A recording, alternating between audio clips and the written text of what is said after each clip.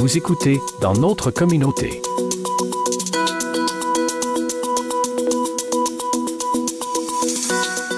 Pendant le mois de mai, l'Association québécoise des orthophonistes et audiologistes offrira la possibilité aux citoyens de poser les questions qu'ils peuvent avoir concernant les troubles de la parole, du langage et de l'audition.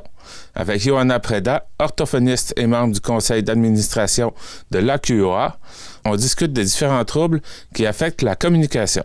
Alors, je suis accompagné de Johanna Preda du conseil d'administration de l'Association québécoise des orthophonistes et audiologistes. Bonjour. Bonjour.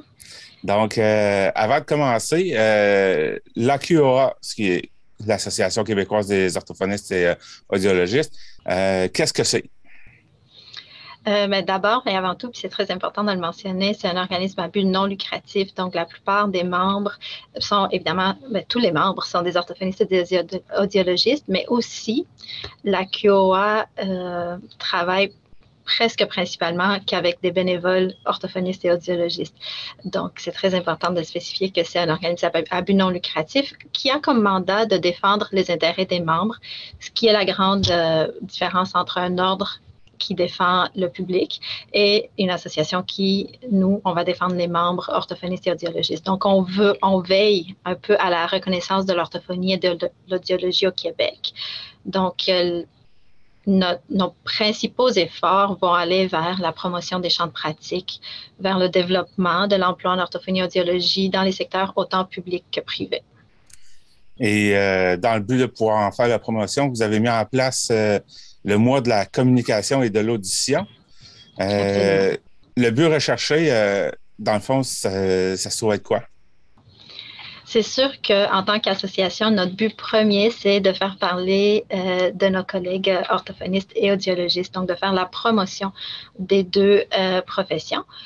Mais aussi, c'est sûr que veux pas, ça a quand même un côté qui sert au public parce que lors du mois de mai, le mois de la communication et de l'audition, ce qu'on demande, c'est que les personnes qui souhaitent communiquer par écrit, qui ont des questions en lien avec l'orthophonie, avec l'audiologie ou les services qu'on peut offrir ou des questions justement, on va en parler tout à l'heure, mais en lien avec un trouble spécifique, peuvent nous écrire à l'adresse communication@commercialaqa.qsic.ca. Puis, le but, c'est que tous les citoyens des régions québécoises peuvent poser leurs questions à cette adresse-là. Puis, on a des bénévoles de l'AQOA qui s'engagent à répondre dans un délai de 5 jours ouvrables. Donc, comme ça, c'est donnant-donnant. On fait promouvoir l'orthophonie de l'audiologie et en même temps, ça répond à un besoin du public qui est d'avoir peut-être des réponses à certaines inquiétudes. Donc, ces deux professions-là, audiologistes et orthophonistes, qu'est-ce qu'ils font? Mais brièvement, l'orthophoniste est un expert de la parole, du langage, de la communication, l'apprentissage, la déglutition aussi, donc l'action de mastiquer ou d'avaler. L'audiologiste, c'est le professionnel, dans le fond, qui va prévenir, dépister, évaluer, traiter tout ce qui est trouble de l'audition et du système vestibulaire. Le système vestibulaire, étant donné qu'il y a une partie qui est dans l'oreille, c'est pour ça que c'est l'audiologiste qui peut aussi donner un coup de main à ce niveau-là. Mais le système vestibulaire n'a pas tant rapport avec l'audition, c'est plus en lien avec les vertiges ou le système qui nous aide à rester debout et à ne pas tomber quand on se déplace. Et bien sûr, les troubles de l'audition, tout ce qui a rapport avec la santé de l'audition. Dans le réseau de la santé, parce que bon, les orthophonistes audiologistes font partie du réseau de la santé, il y a un manque de professionnels dans plusieurs professions. Est-ce que c'est le cas aussi pour les audiologistes et orthophonistes? Oui, la réponse est complexe parce que oui, il y a un problème de manque de ressources, effectivement, donc du fait qu'il n'y a pas assez d'orthophonistes et d'audiologistes, mais dans certains milieux, puis on a parlé du milieu de la santé, mais aussi le milieu scolaire, le milieu privé, parfois c'est pas seulement un manque d'orthophonistes ou d'audiologistes, mais c'est aussi une question de difficulté de rétention ou de recrutement de personnel. Donc, l'AQOA, Chez la QA, on juge que le manque de reconnaissance de la profession d'orthophoniste et d'audiologiste est aussi, à quelque part, au cœur de la problématique parce que, non seulement les professionnels n'ont pas la pleine équité salariale, mais parfois les orthophonistes et les audiologistes travaillent dans des conditions qui ne leur permettent pas de réaliser leur plein potentiel. Donc, il y en a plusieurs qui s'épuisent par des conditions de travail actuelles et vont décider de changer soit de milieu ou complètement d'emploi et de ne plus être orthophoniste. Donc oui, quand on parle d'un manque de ressources d'orthophonistes ou d'audiologistes, ça peut être parce que il n'y en a pas assez qui sortent des bancs de l'école, mais parfois ça peut être aussi en lien avec d'autres raisons. Puis une petite parenthèse qui ne sera pas trop longue en lien avec l'équité salariale. Pourquoi on en parle, c'est que pour deux professions qui nécessitent une maîtrise, on juge que les salaires justement ne sont pas ajustés aux études qui doivent être faites pour être orthophoniste et audiologiste, surtout pour des professions qui sont très, très, très majoritairement féminines. Donc, en 2022, c'était 97% des orthophonistes qui étaient des femmes et 88% des audiologistes. Donc, quand on parle d'équité salariale, on est en plein dedans. Est-ce que maintenant, on va parler plus des troubles. Avez-vous quelques statistiques concernant les troubles d'audition et de communication? Oui, puis pour les personnes qui seraient intéressées à en connaître davantage, il y a l'Ordre des orthophonistes qui a quand même plusieurs statistiques intéressantes, ainsi que le site de la QA. Donc, le site de l'Ordre, c'est ooaq.qc.ca, je pense. Mais si on écrit OOAQ dans la barre, on va trouver facilement le site de l'Ordre. Et la QA, AQOA, qui va aussi avoir d'autres statistiques. Mais rapidement, on peut parler, par exemple, des enfants qui ont un trouble développemental du langage. Donc, un trouble de langage, c'est environ 7% des enfants du Québec qui peut, dans certains cas, ressembler à 1 ou 2 enfants par classe. Par rapport à la déficience auditive, par exemple, qui est le deuxième trouble le plus fréquent chez les enfants de moins de 5 ans, après le trouble visuel. C'est là qu'on se dit que c'est vraiment important de dépister tous les bébés en période néonatale pour connaître leur audition dès la naissance et justement pouvoir prendre en compte les risques par la suite. Qu'est-ce qu'on retrouve comme trouble du langage? Parce que on a beau dire ça, trouble du langage ou trouble d'audition, on pourrait dire, mais c'est large parce qu'il y a plusieurs sortes de troubles. Qu'est-ce qu'on retrouve là-dedans? Oui, puis justement, c'est intéressant qu'on en parle parce que ça va peut-être donner une idée aux gens des questions qu'ils peuvent poser ou en lien avec quels troubles qu'ils peuvent poser des questions pendant le mois de la communication.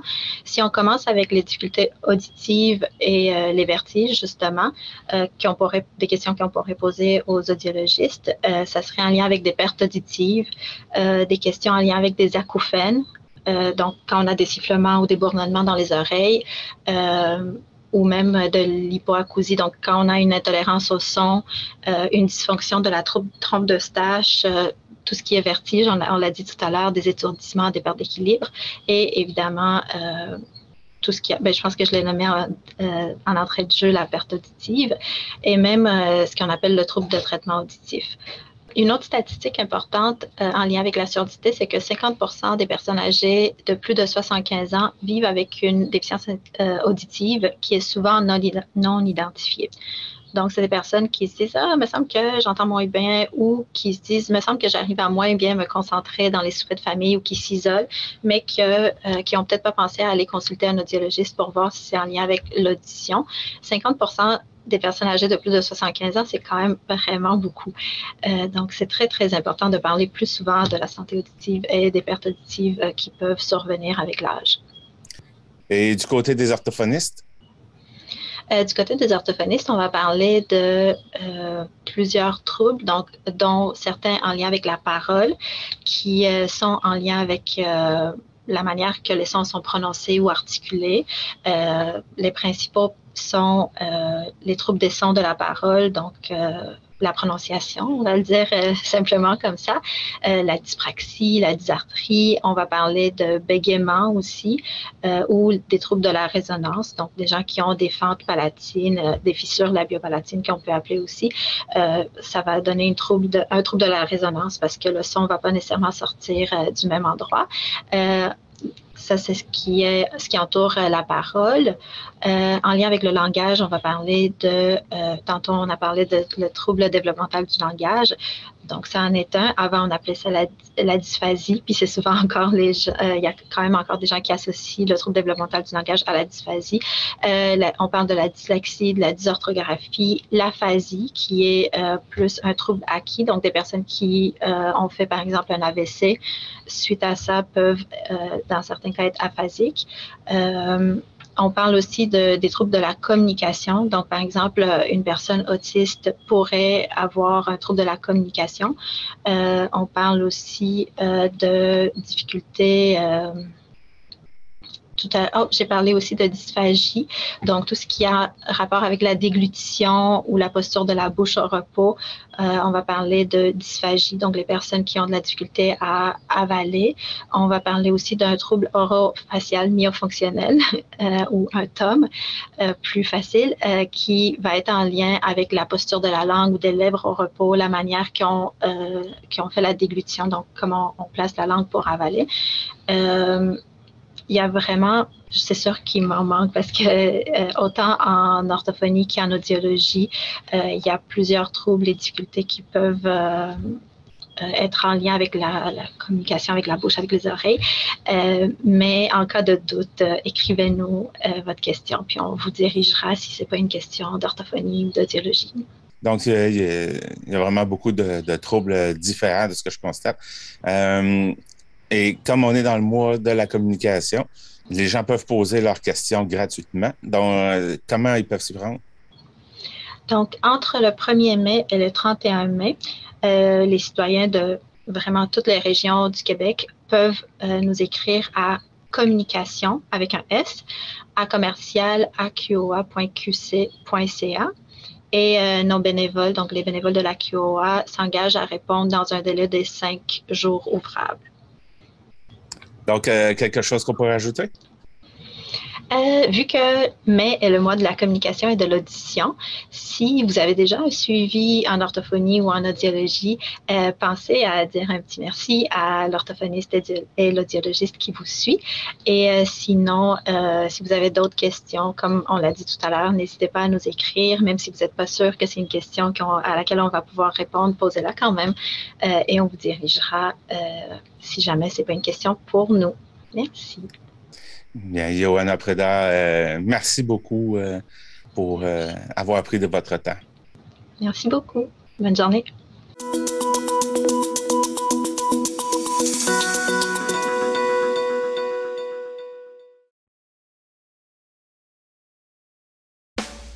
Venez visiter la boutique Ariane Turbide et découvrez un univers de cadeaux à offrir à l'être cher. Notre grande gamme de choix de bijoux pour aller lui vous permettra à coup sûr de personnaliser chacun de vos cadeaux. Bijoux en or, en argent, montres et accessoires de toutes sortes et des cadeaux pour les jeunes et moins jeunes. Venez découvrir nos exclusivités en boutique. L'équipe de la boutique Ariane Turbide se fera un grand plaisir de vous servir et vous conseiller judicieusement.